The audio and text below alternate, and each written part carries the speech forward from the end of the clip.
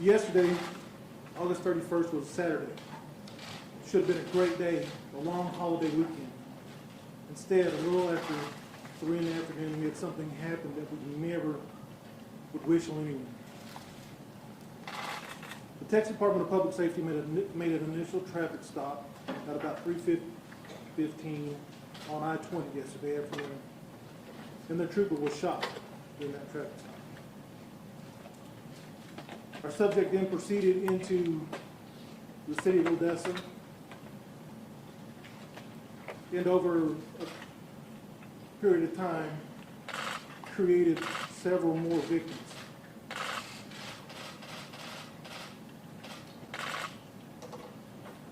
Initially, it was thought that there may have been multiple shooters, and that is because at some point this subject changed vehicles. We are now confident that there was just the one actor.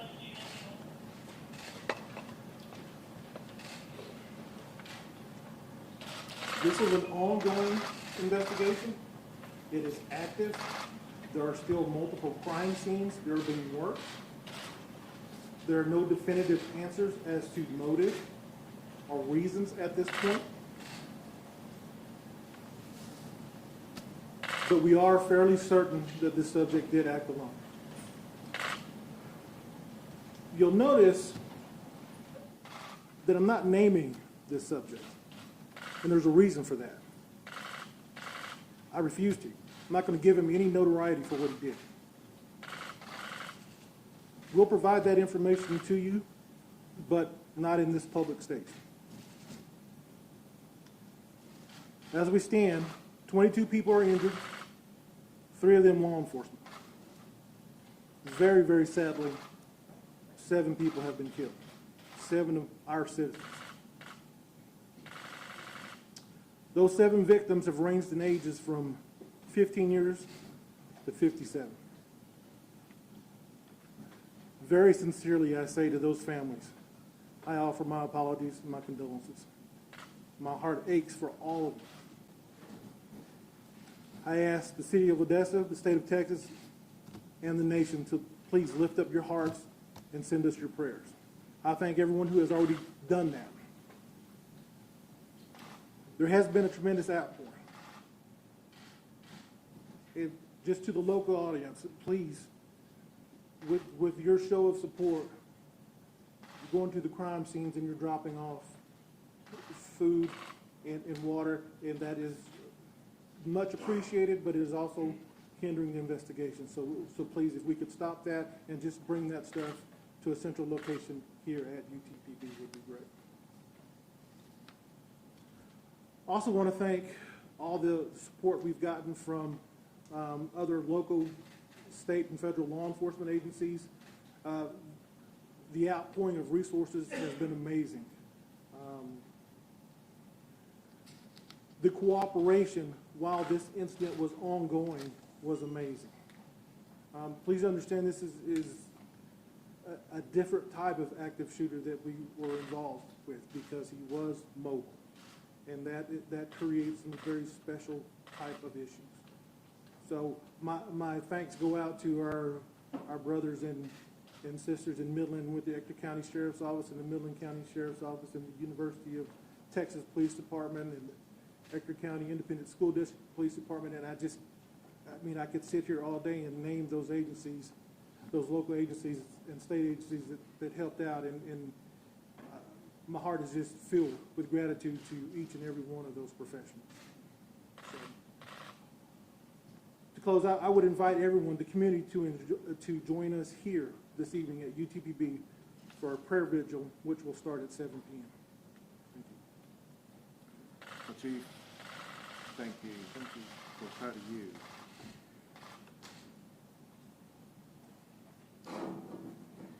As you all know, the lives of the people of Odessa and the entire Permian Basin region have been shattered over the past 24 hours. Hearts have been broken.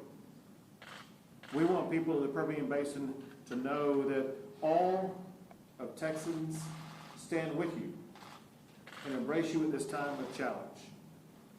We are here today, and we'll be here every day until this community is pieced back together. But we know that words alone are inadequate. Words must be met with action. I want to thank the police chief for his tireless efforts over the past 24 hours in the robust and heroic response that he and his fellow law enforcement agencies and officers utilized to bring the gunman down and to quickly de-escalate the challenge and to literally save lives that could have been lost had it not been for the action of the collaborative effort by law enforcement. Along those lines, we cannot thank enough all of the first responders from all of the law enforcement agencies involved in this process to ensure that they were going to be able to do what was necessary to restore safety in this community. As governor, I particularly want to thank the Texas Department of Public Safety for what they did. We talk about this all the time, and that is, there is no such thing as a routine stop. The way all this began yesterday was with what would be categorized as a routine stop by the Texas Department of Public Safety, only for that stop to immediately escalate into gunfire by this killer, with a DPS officer being injured in the process. So I appreciate the way that the Texas Department of Public Safety steps up every single day, always prepared, knowing that their lives are on the line any stop they make, ensuring safety in our communities across the state. I also want to express my gratitude to the incredible healthcare providers in this region. They had to deal with probably what was their most challenging day ever, and they stepped up with collective calm and poise to make sure that they were able to heal the wounded as quickly as possible. I want to express my deepest sorrow for the families who have lost a loved one and for all the victims who have been wounded. The hurt you feel is incalculable, but you must hold on to the hope that you can also have. And we're seeing this already with the family of one of the victims. Some of you know that one of the victims is a 17-month-old child. And moments before coming in here, I received a text from the mother of the 17-month-old. I want to read you the text of what this mother wrote. She said, quote, "Thank you all for praying. This is all of our worst nightmare. But thank God she's alive and relatively well." She goes on to say that toddlers are funny because they can get shot but still want to run around and play. She says that we are thanking God for that.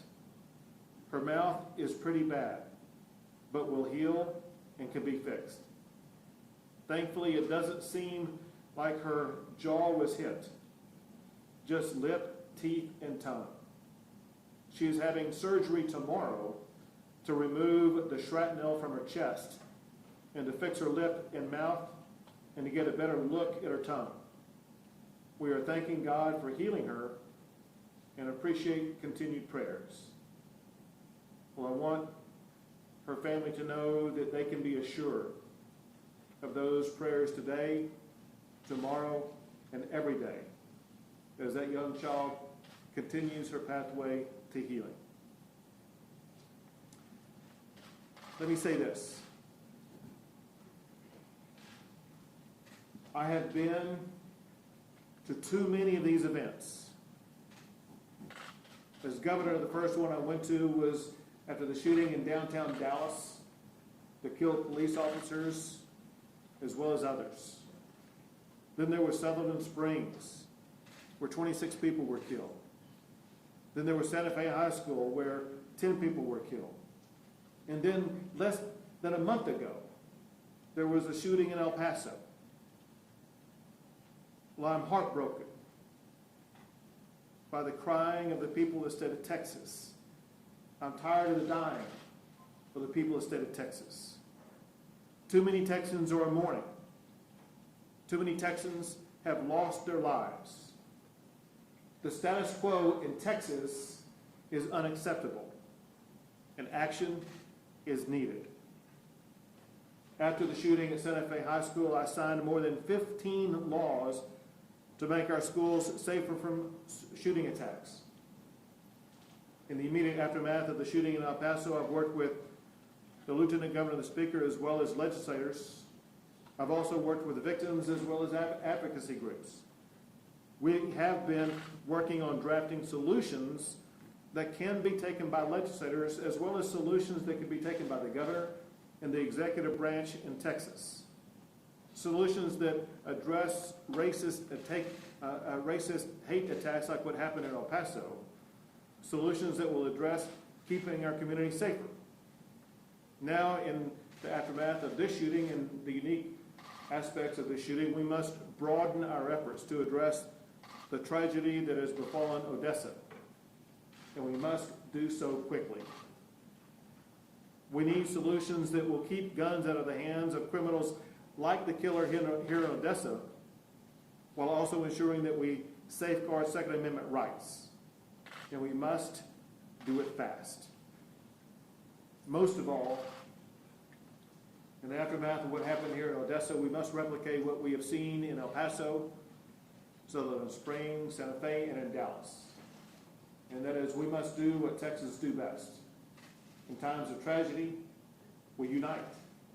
We come together. We support each other. We reinvigorate our community with the love that we have for one another. And knowing the Permian Basin the way that I do, I know that is exactly what's going to happen here in Odessa, in Midland, in the entire region. So thank you all as a community for what you will be doing to helping each other. And thank you to the heroic law enforcement officers and first responders for everything that you've already done.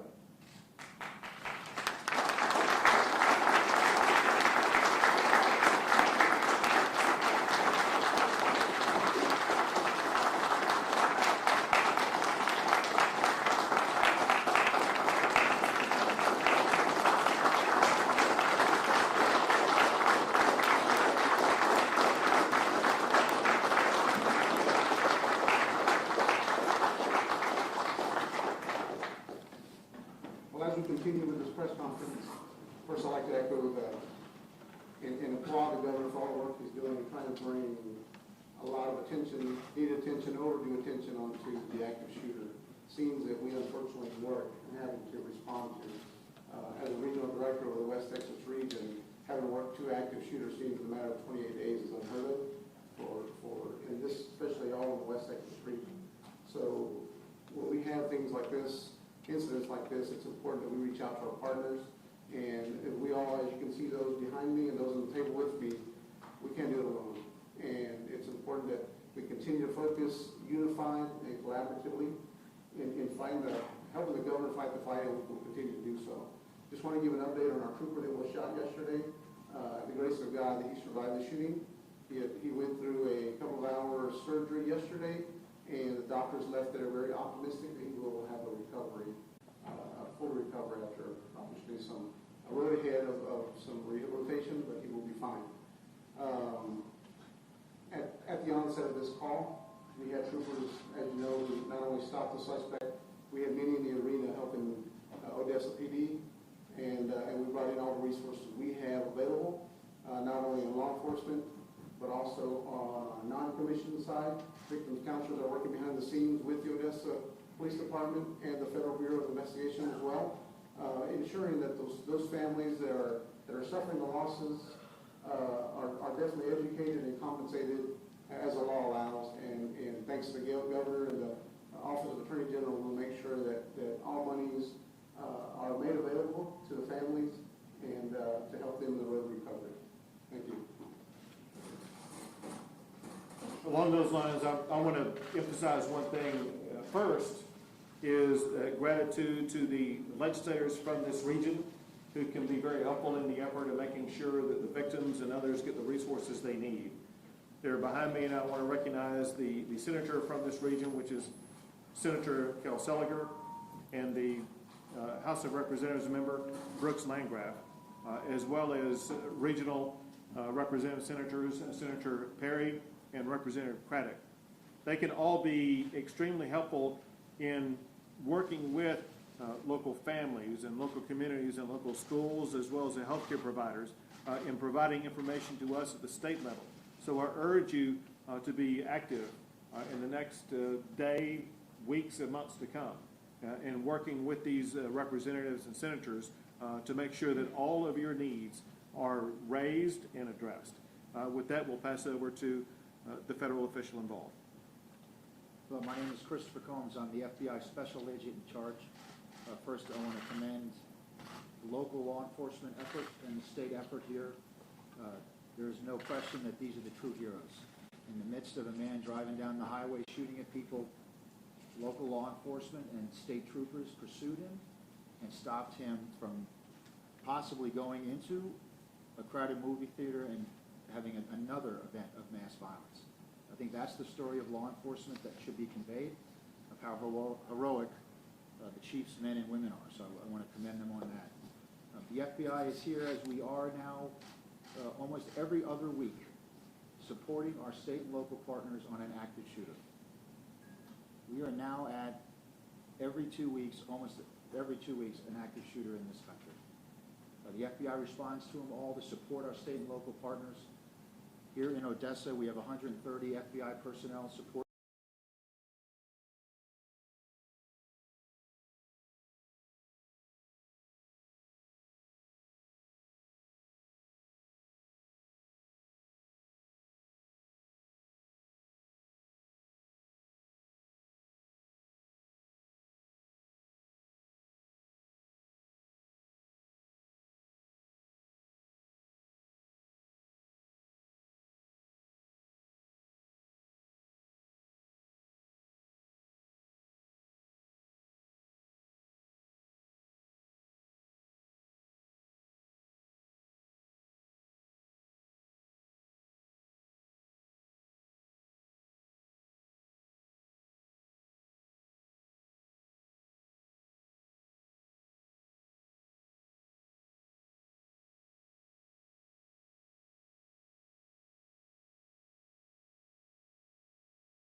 And the Texas Rangers.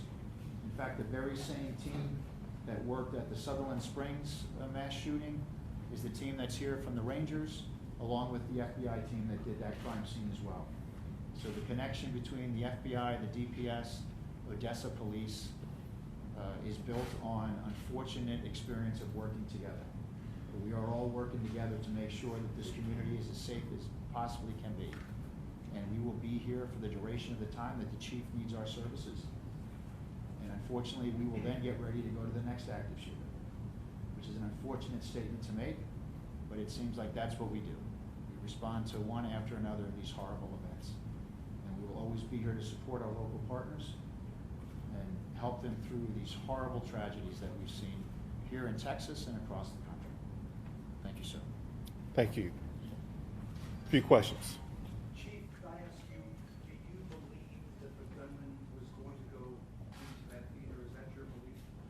You know, there's no way of absolutely knowing that, but it begs the question, why go to the theater if you're not planning on entering the theater? And please understand that on a Saturday afternoon in Odessa, Texas, that is one of the most crowded places to be. Do you know what his initial motive was when he at that conference stop? I do not. At this point, we do not. Is there any reason to believe that this could have been a planned attack? Again, the investigation is still ongoing, and there's a lot of questions that we just don't have answers to at this point. Can you describe the moments in that shootout outside the movie theater? Can you describe that shootout? How long did it last? Did the shooter have a chance to reload it? Was he saying anything to the officers that were there? Again, you know, all that is still under investigation. There are some videos that are out there, but I'm not going to get into that incident at this point. Okay, just point of order, we're gonna call on people to, Raise your hand, and then we'll call on you. Chief Trippi, there was also another crime scene we responded to for our Bradley Stadium where an eyewitness told us that a blue pickup truck was shot by police officers and that it was involved in a chase earlier that evening. Do we know if that scene is connected to the shooting that happened earlier today? And if not, can you still tell us what happened in that situation? I have no information about the incident that you're talking about. What was the firearm used in the shooting, and how did the suspect obtain it? Okay, the firearm was an AR type weapon, and as far as how he obtained it, that is still under investigation. why did you stop in the first place? Why was he stopped in the first place? He stopped for a simple traffic violation. By DPS. By DPS for failed to signal required distance. Okay, right here. What? Right here. I'm sorry? Criminal record? He's got, I believe there is some criminal record attached to his driver license that I'm sure that'll surface later. Right here, right here. Question for the governor. By coincidence today, a bunch of new gun laws went into effect in Texas that a lot of people see as weakening gun laws in Texas. What do you say to people who look at that and wonder if Texas is going the wrong direction to stopping more shootings? Well, for example, one of the laws that went into effect, and some deal with issues like this, and that is laws that ensure that school marshals more school marshals will be able to have guns to keep schools safer. So some of these laws were enacted for the purpose of making our community safer. Is Texas doing enough to restrict guns like AR-15? Well, what we have been doing, especially in the aftermath of the shooting in El Paso, we've been meeting daily, in part with members of the legislature, in part with victims, in part with members of the community, in part with our federal counterparts. And we've been hammering out on a daily basis new additional solutions that we will be working to offer up, some by the governor, some by the executive branch, some by the legislature. But these will be new and different solutions that will work to de-escalate gun violence in Texas. Does it increase the sense of urgency to have 2 incidents like this within a month? Absolutely. Is the suspect from Odessa? Is the suspect from Odessa? The suspect has an Ector County address. In the front and glasses. Yes, sir. You go ahead, sir. Sir, do you know any reason why the subject would have been resistant being stopped, for example, whether outstanding warrants or unresolved criminal matters again, as far as you know? As far as I know, there were no active warrants. Can you walk us through the timeline of who was shot? No, we can't actually, because it's a very chaotic situation when these things happen, and that is all being pieced together as we speak.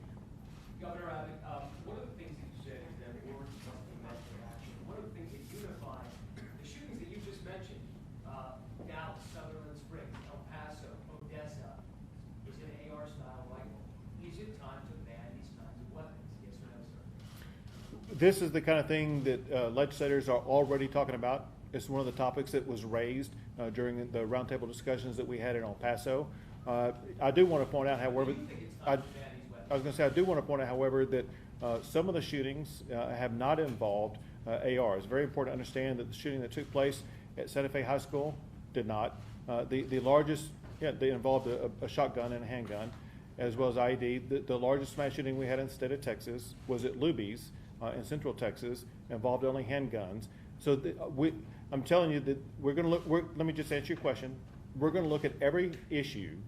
There's no issue that we will not look at, and we're going to be working with legislators to find out what the best solutions are for Texas. Well, we're going to go with the answer, but I would wager to say that every law enforcement officer behind you would say that they would rather go up against a person with a handgun, gentlemen, ladies, rather than someone with an assault rifle. Is that correct? And the people we also talk to are law enforcement officers.